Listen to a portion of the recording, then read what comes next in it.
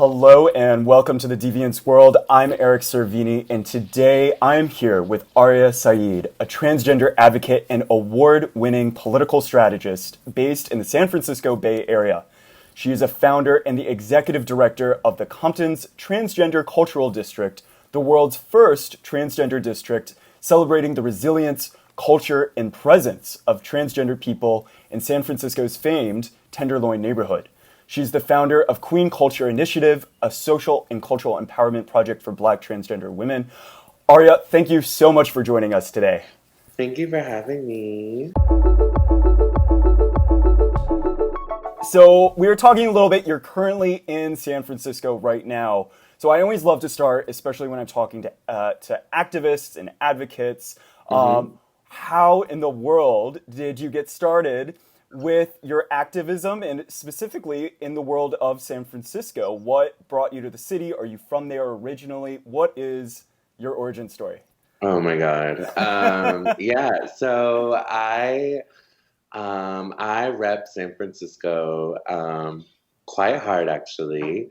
Even though, yeah, it's a tumultuous relationship. But I moved to San Francisco when I was 19 years old. And I'm actually originally from Portland, Oregon. And people always are really shocked, that there's Black people in Portland. Fun story, there are. And then I think people are like, oh, well, Portland's like a liberal city. Like, why move from Portland? And I just looked up and there was no one's life that I wanted. And so, so I moved to San Francisco. Everyone said San Francisco was the place to be. It was the place that I would be accepted. And I had visited before and fell in love with the city. And I didn't know how to drive, so LA wasn't an option. And so San Francisco was it. Yeah. Yeah, it's so interesting you say that about, especially about San Francisco, because I'm a historian and even studying San Francisco itself, and it makes you wonder, like, why is it such a queer city to begin with? And almost everyone, even dating back to the 20th century, in the 19th century, even, they have the exact same reason for going, is they wanted freedom. They wanted to find people that looked like themselves and have their own queer world. And this is going back, you know, to the 19th century. So Yeah. it's amazing that that process is still going. And so I was also talking to you about how impressed I am with your activism and your policy work. And you've Thank you. received a lot of accolades for your work, especially in public health, including at St. James Infirmary, which for Yeah. people who don't know it, is a peer-based occupational health and safety clinic for sex workers. So you spent quite a while there. So I'm wondering, what did you learn during your time working there? Yeah. Well, I'll go back a little bit just for context. So, I moved to San Francisco at 19, and like so many trans people, the place that I'm from didn't feel safe, right? And so many trans people come here because this is the only safe place, right, that we know of. And so people come to find refuge. So I came here not having met other trans people. I transitioned in high school, and as far as I knew, I was the only sort of out trans person walking around. Wow. And so when I came to San Francisco, if you're a poor Black trans woman, you're going to end up in the Tenderloin at some point. And that's exactly what happened. I actually saw two trans women coming out of a coffee shop with their dogs. Like, oh my God, they're just like walking out of a coffee shop. Like, I've never seen that. And I was seeing trans people all over the neighborhood. And I felt so inspired and empowered by that. And then also, the reality was that none of the trans people I knew were able to have traditional employment. None of the trans people I knew had stable housing, right? And if you did have stable housing, you were extremely lucky. And so, for those listening, like who may not know, the Tenderloin does have a special place in our hearts for the trans community in particular, because it does have the densest transgender population of any other neighborhood in the country. Really? Wow. Yeah. And so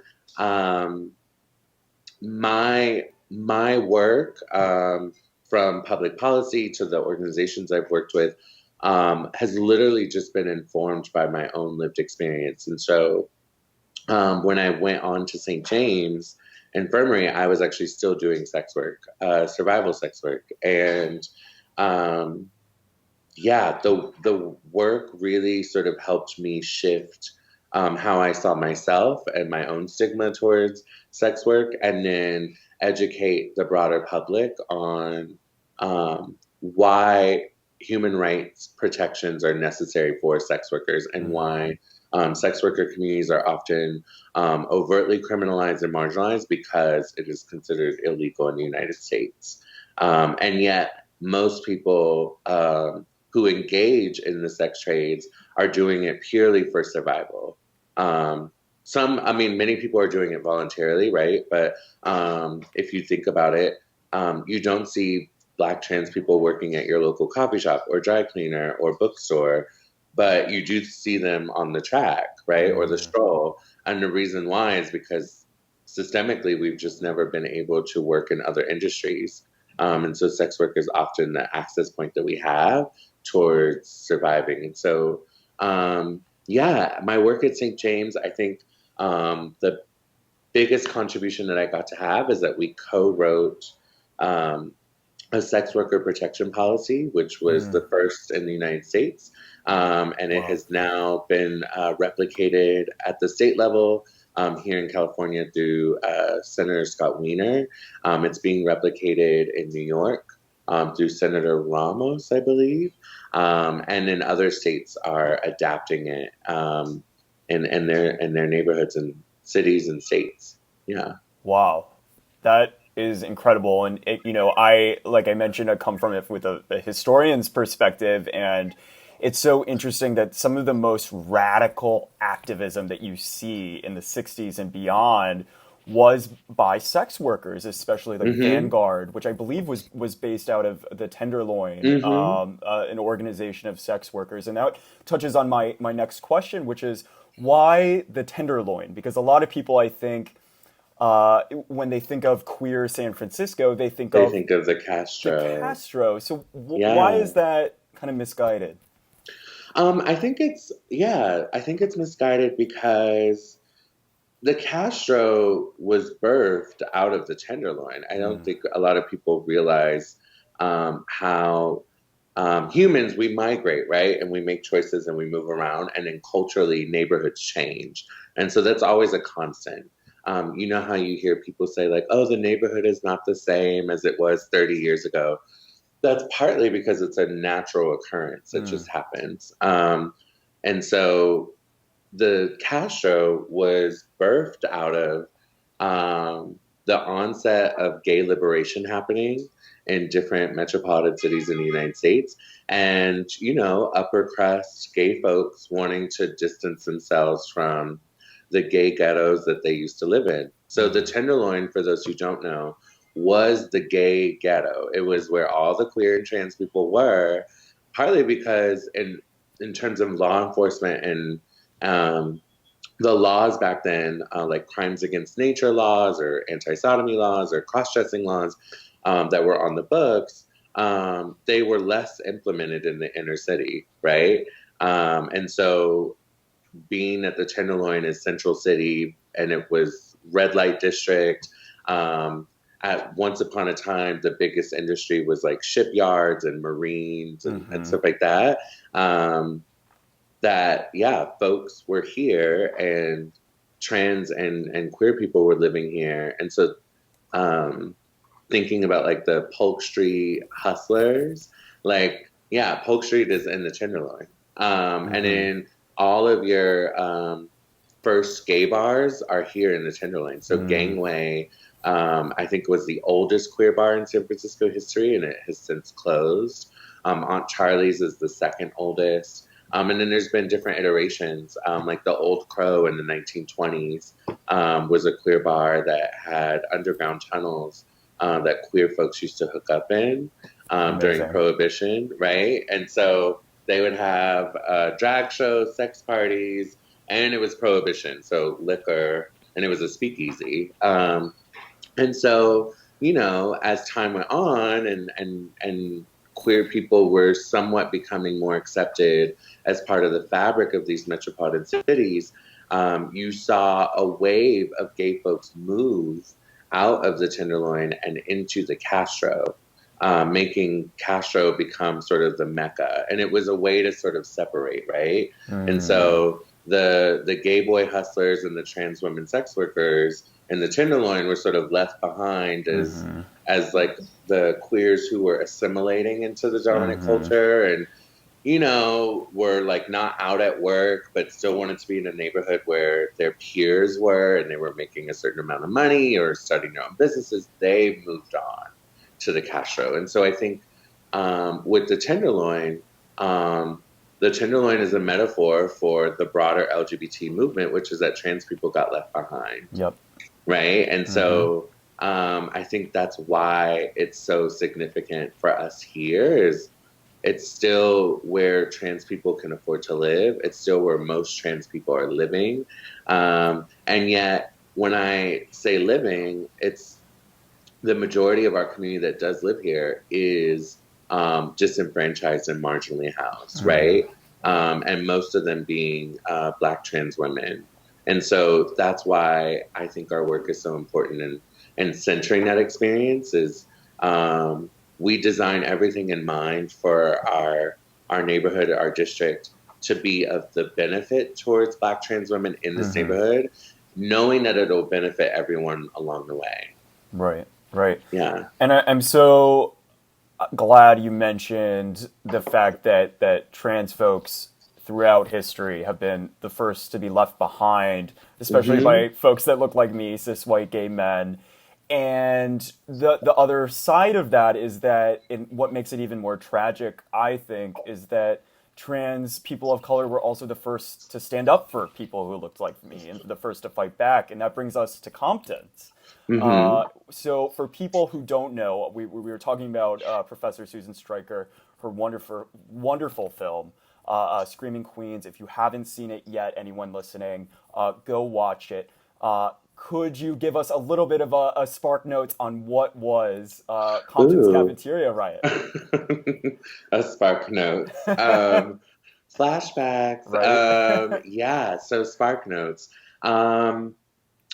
Urban legend says that it took place in August 1966 on a hot summery night in August. But yeah, the spark notes. Compton's Cafeteria was a late night restaurant diner here in San Francisco's Tenderloin in our neighborhood on Turk and Taylor. It was on an intersection.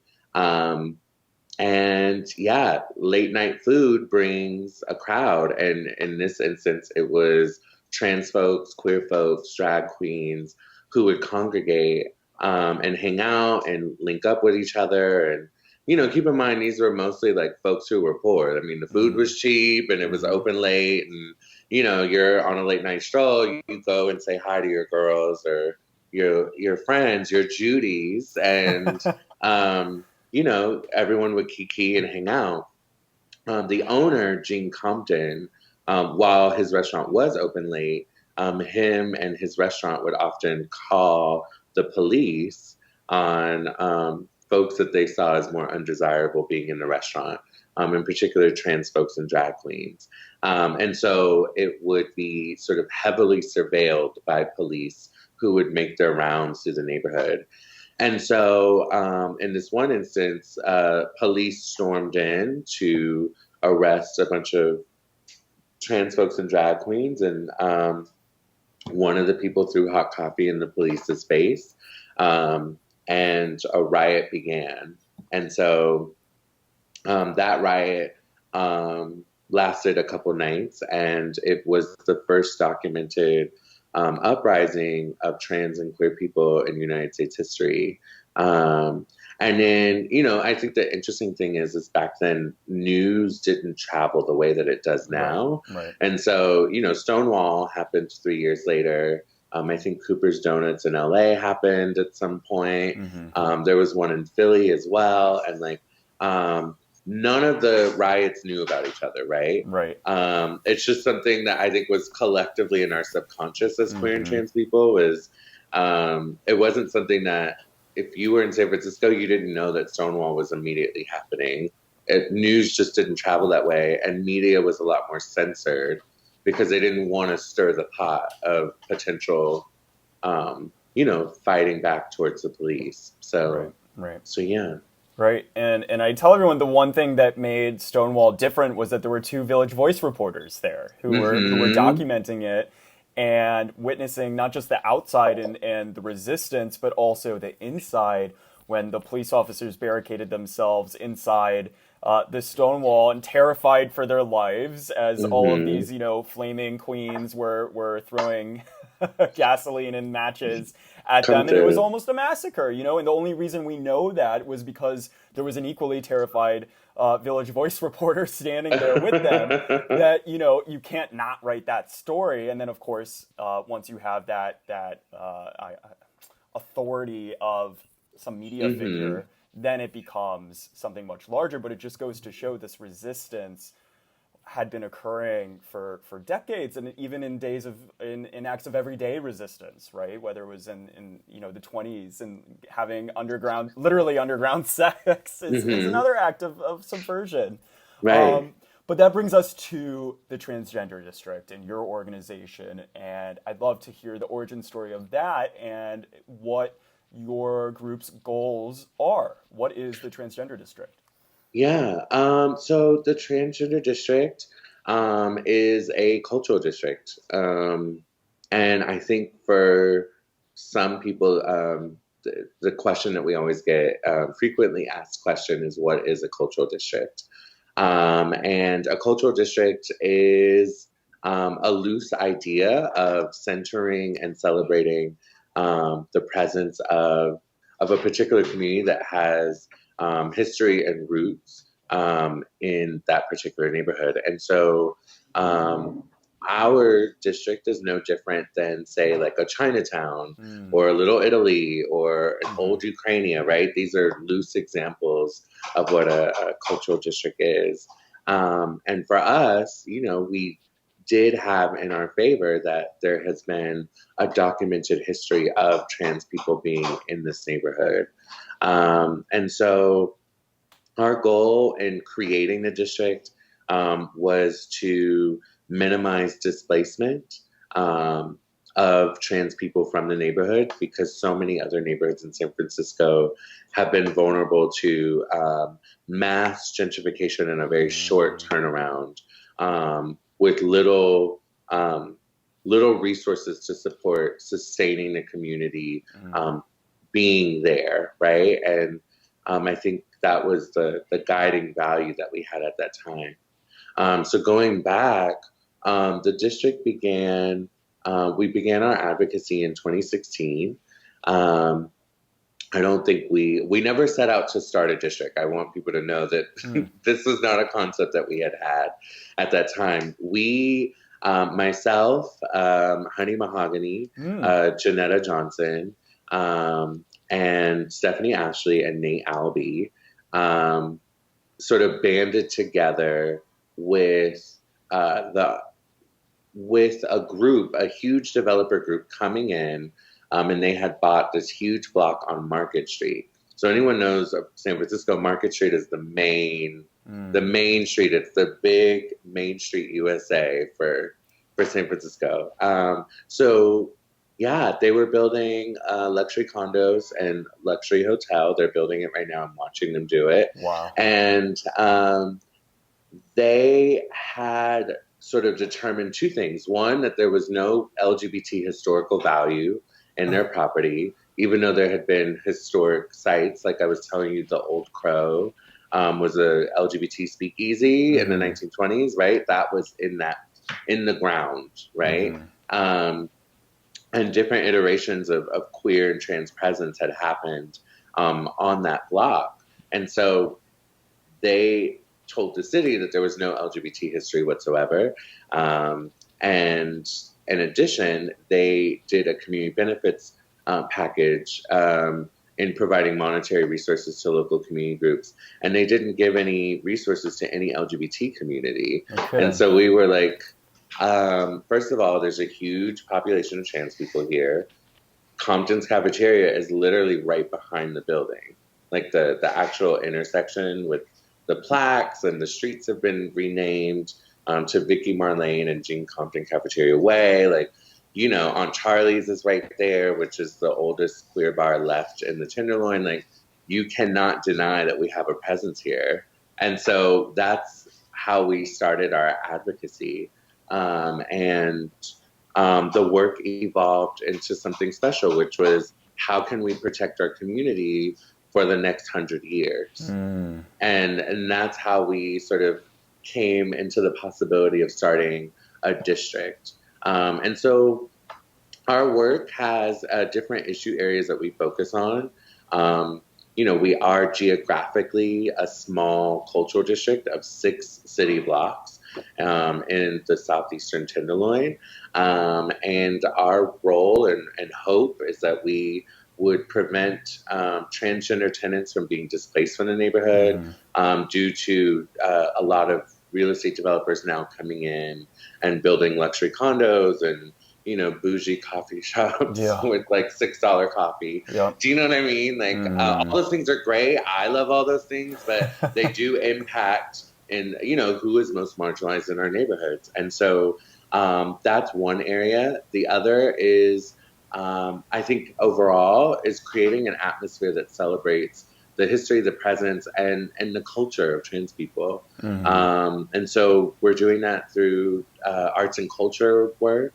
We're also doing it through land use and working with the city on intentional placemaking, from putting in murals to like historical plaques to honor trans people who've lived here. We're changing all the crosswalks in our corridor to be trans flags. Like, we've painted all the streetlights in trans flag colors, and adding trees and trash cans and access to public restrooms, like things like that. And then, I think cultural preservation work that we're trying to do, and then I think most importantly is workforce and economic development, and really creating, like seriously creating pipelines for trans people who traditionally don't have access to be able to open and launch their own businesses, and make a commitment with us in hiring trans people to work at those businesses. The reality is that trans people, even in 2020, we still don't get access even to some of the most basic entry-level jobs. And what would it look like if we sort of created our own economy that supported trans people? Since the rest of the world won't hire us, we're going to hire us. And that's definitely the inspiration behind some of the efforts that we're launching in the next 2 years. And I think it's so important to have a dedicated space also, because I think what a lot of people who may look like me, who benefit from having, for example, here, West Hollywood, or in San Francisco, the Castro, and they think, oh, there's already a queer space. But can you maybe give a little insight as to why, like, the rainbow flag is not enough, and what that may represent for, or some of these other, queer districts or gay districts? Why are those still a bit exclusionary? Yeah, I mean, I can speak for me. Let's see, I just did an interview with Thrillist, and I explained to them how, to be quite honest, for me as a Black trans woman, I never identified with Pride. Like, Pride would come around and, everyone's like, Happy Pride. And I'm like, what? And especially when I was younger, like, I was 21, sleeping on the train, homeless, no job, was applying everywhere, right?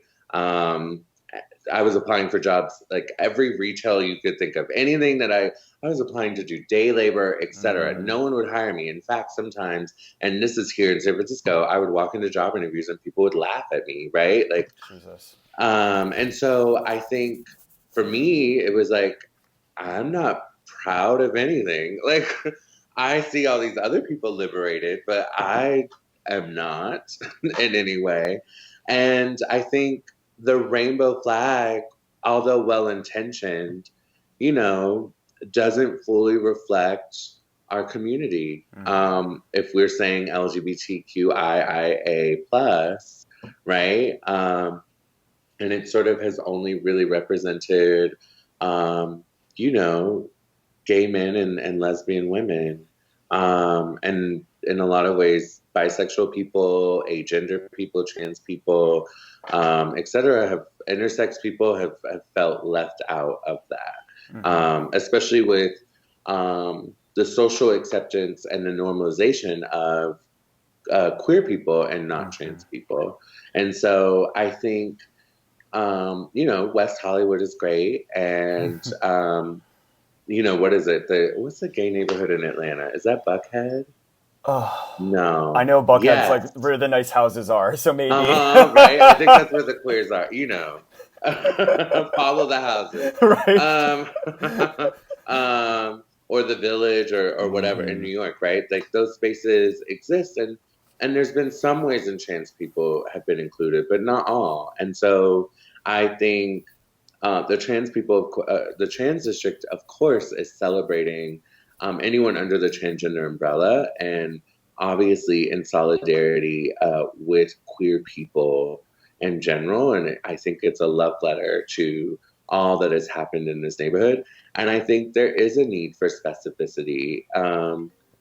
That transgender people, in a lot of ways, we have our own culture that's sort of been encapsulated into an LGBT sort of understanding, but has not, yeah, but in, yeah, Right.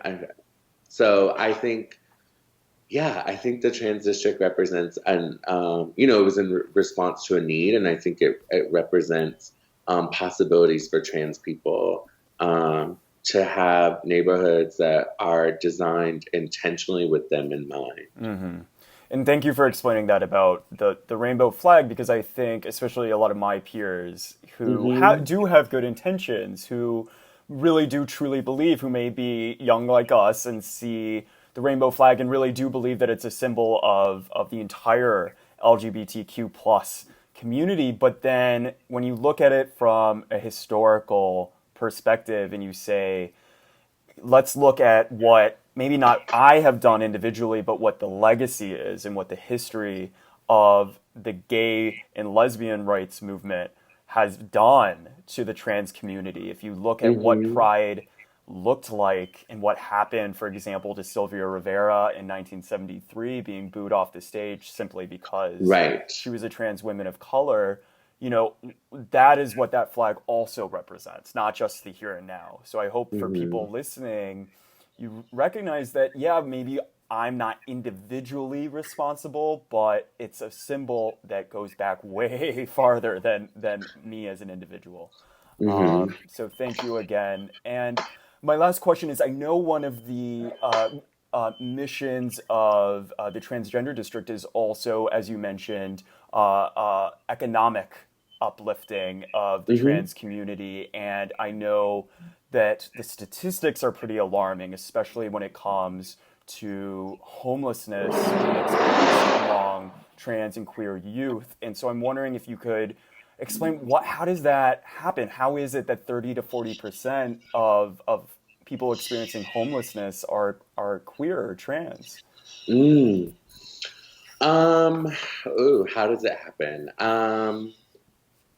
I think just under the landscape of oppression, the reality is we live in a world that does not want trans people to exist, right? I mean, it's barely wanting queer people to exist, Right. right? And so I think those statistics are a byproduct of that, right? That the world has not been inclusive. It's becoming inclusive now from us, like sort of, you know, creating a culture of asking people their pronouns and not assuming their gender identity, from talking about the difference between gender identity and sexual orientation, and you know, a surgence of non-binary voices coming forward and sharing their journey, and trans people sharing their journey, and so on. I think Um, yeah, the reality is that even in some of the most liberal environments,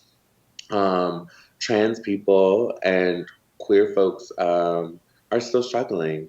We're still Mm-hmm. seeing runaway youth, even in places like San Francisco, who don't feel safe at home, and then they run away and they're homeless and trying to find their bearings and their identity, um, all with everything else that's going on in the world. Mm-hmm. I think you know for trans people it's 10 times as hard for us to get a leg up in the world once we choose to live authentically. Mm-hmm. It's sort of the curse of being who you are. When we're kids, we're told you can be anything you want to be.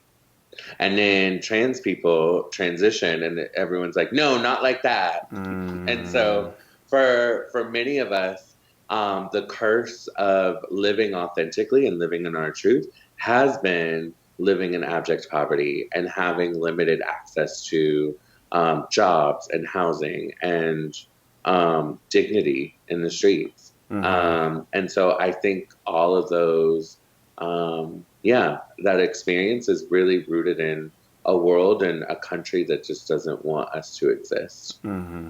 And I think that just goes to show why the transgender district is so important to provide that space that not only accepts your existence but also celebrates it. So thank Thank you you. for fighting for that, and also I want to be respectful of your time for educating me and for educating Thank my you. followers. And I tell everyone, educators, no matter who they are, need to be paid for their work. So I want I want to again thank you for educating us, but also encourage anyone, if you feel you have learned something, anything during this interview, please consider thanking Aria via Venmo at Aria Sa'id, Ariasaid. I got that right? Uh-huh. And then, of course, SAID. Yes. Like SAID, yes. said. Perfect. And so I'll put that in the caption as well, and Thank also you. support the Transgender District. Their website is transgenderdistrictsf.com. And finally, don't forget Twitter. Also, we were just talking about we're both Instagram queens, but Twitter also you can catch Aria at femqueen with a K, Kween. Aria, thank you so much for joining and for teaching us and for all the work that you do.